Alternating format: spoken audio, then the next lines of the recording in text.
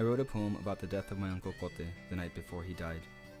My mother, her sister and I, teary-eyed, woke up at 6 a.m. the next morning to the news of his death. This was our first real winter in Illinois, and the coldness around, bitter, became harder, colder.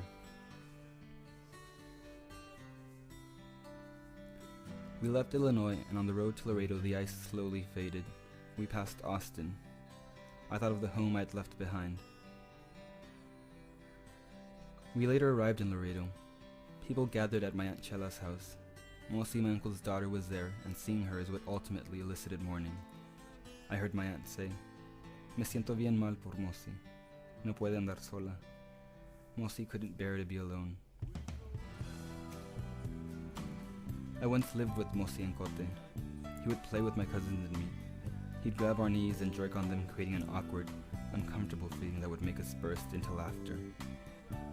Every other memory of him is either in a wheelchair, barely being able to feed himself, or in a hospital bed, paralyzed, with tubes in his nostrils, mouth wide open, eyes staring blankly into the air.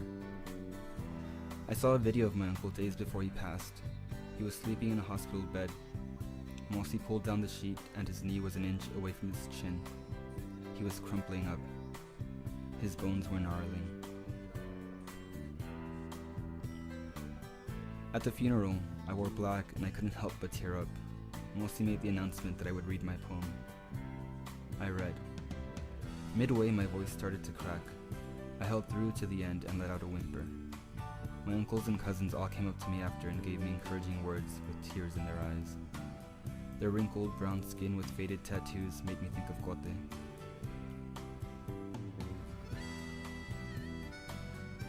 I cried hard that day. I cried not only because my uncle had passed.